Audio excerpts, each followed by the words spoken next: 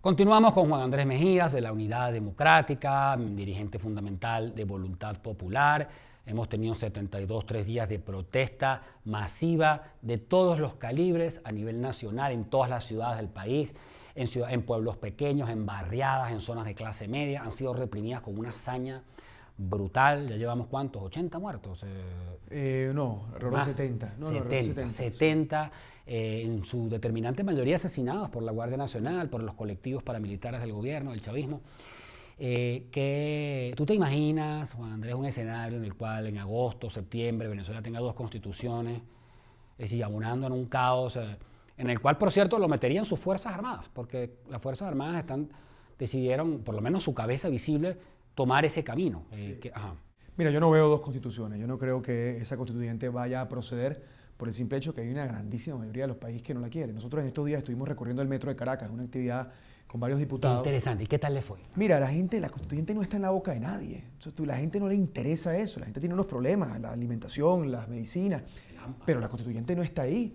Y ese día, cuando recorrimos el metro, pasó algo interesante, y es que el gobierno, que es una minoría, intentó impedir que realizáramos la actividad. Mandaron unos colectivos a tratar de desalojar a quienes estábamos ahí, y la gente nos defendió, la gente impidió que entraran, porque se les pasó decir, quizás como un error, en el autoparlante, que es que había un problema en el metro, estaba parado porque es que habían unos opositores en uno de los vagones. ¿Lo dijo así? Así mismo lo dijeron en público. Y la reacción, por supuesto, de los miles, claro, todo el mundo dijo, bueno, aquí todos somos opositores, y entonces se generó ahí, gracias a Dios, digamos, sin violencia, pero se generó ahí un altercado que impidió que la actividad fuera interrumpida, y continuamos. Que, por cierto, le digo a quien no lo haya hecho, entrar al metro ahorita es entrar al Canal 8. Sí. Eso es impresionante. Sí, o sea, sí, es Radio Miraflores a toda hora. Bueno. O sea, es como entrar a vivir dentro, ponerte el Canal 8 de sombrero. Una cosa así. Sí, absolutamente. Pero la gente, que es lo importante, estaba muy clara, y la constituyente no está en la boca de nadie. Ahora, tú mencionabas algo importante que yo quiero hacer referencia, las Fuerzas Armadas. Ahí hay que distinguir primero entre los componentes, quienes han estado lamentablemente dañando la imagen de las Fuerzas Armadas han sido fundamentalmente la Guardia Nacional.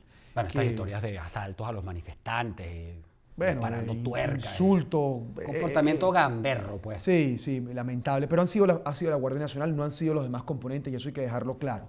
Es interesante esperar y ver cuál es la postura de la aviación, de la Armada y del Ejército.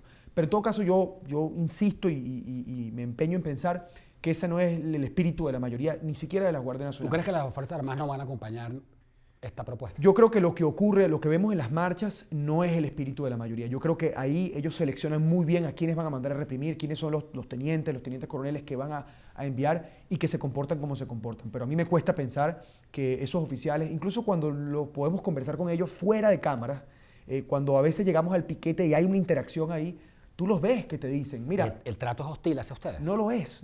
Hay un episodio ahí que lamentablemente terminó con represión, una vez más, en ese caso en particular a mi hermano, que le dispararon perdigones a quemarropa, pero estábamos en el Montalbán, en la redoma La India, yendo hacia el Paraíso, y el piquete no se había armado, y nos encontramos y no estaban todavía en posición.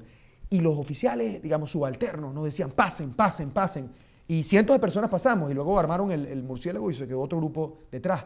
Pero yo noté la diferencia entre quien daba la orden y quien tenía que cumplirla, que nos decían pasen, y así varios avanzamos, ¿no?, hacia el Paraíso. Ciertamente. Y en este marco, Juan Andrés, porque claro, pensar, vamos a suponer que, de nuevo, pues se instala esa asamblea con un mandato mínimo, exiguo, pero el gobierno le ponga música con sus instrumentos de propaganda a aquella misérrima asamblea electa con el 15% del país o algo así, y empieza esa asamblea a autodenominarse soberana y originaria y a hacer y deshacer con nuestras vidas y a vaciar el Ministerio Público. Claro, uno se imagina un país totalmente ingobernable, pero también lo que pasa es que uno los ve tan decididos que, uno plantea el país va a un choque de trenes, porque ellos son menos, pero también es una especie de núcleo con tenazas en el Estado. Sí, mira, yo lo que creo es que Nicolás Maduro cometió un error, primero, al plantear eso como lo planteó, porque ha generado, como lo decíamos anteriormente, divisiones internas profundas. Pero además, creo que él mismo colocó un ultimátum que no estaba planteado. Al principio conversábamos sobre la posibilidad de que la protesta se desgastara. Bueno, ya hay una fecha límite, o sea, ya hay un ultimátum que el mismo gobierno ha colocado, que es el 30 de julio. De hecho, la sola llegada de esa fecha, si aquí hubiera cansancio, va a reactivar las protestas. Exactamente, ese es exactamente mi punto. Y a mí me recuerda en un periodo mucho más intenso y mucho más condensado ahora. Estos días yo reflexionaba con el 2007, hace 10 años atrás. En 2007 comenzamos una ola de protestas importante en mayo, junio, julio, y luego vino un bajón de 2 o 3 meses y luego nos reactivamos con la misma presión que nos puso el gobierno, que era la reforma a la Constitución. Y la ganamos. Había muchísima aprensión con la posibilidad de perder esas elecciones. Y muchísimo miedo, recuerdo, ¿no? Sí. Y de hecho, hasta el último minuto no sabíamos si ir a votar o no ir a votar, etc.